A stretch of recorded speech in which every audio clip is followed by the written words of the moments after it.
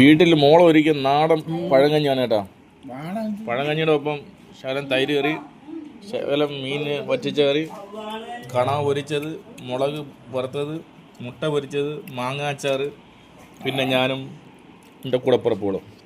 നോക്കിയോ നോക്കിയോ, നിങ്ങൾ മാത്രമേ കാണിച്ചോളൂ, ചട്ടയില്ല താഴോട്ട്. ഒന്നും നോക്കിയില്ല.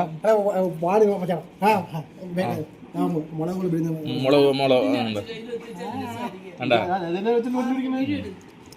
കണ്ണാടി വെച്ചു. ആ കണ്ണാടി വെച്ചുള്ള രായപ്പൻ്റെ വീട്ടിൽ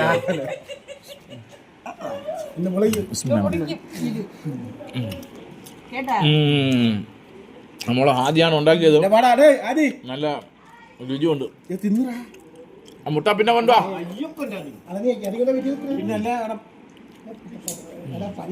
കൊള്ളാം കേട്ടോ. കടയിൽ പോയി 10-500 രൂപ കൊടുക്കണേം കാട്ടി വീട്ടിൽ ഉണ്ടാക്കി കഴിഞ്ഞാൽ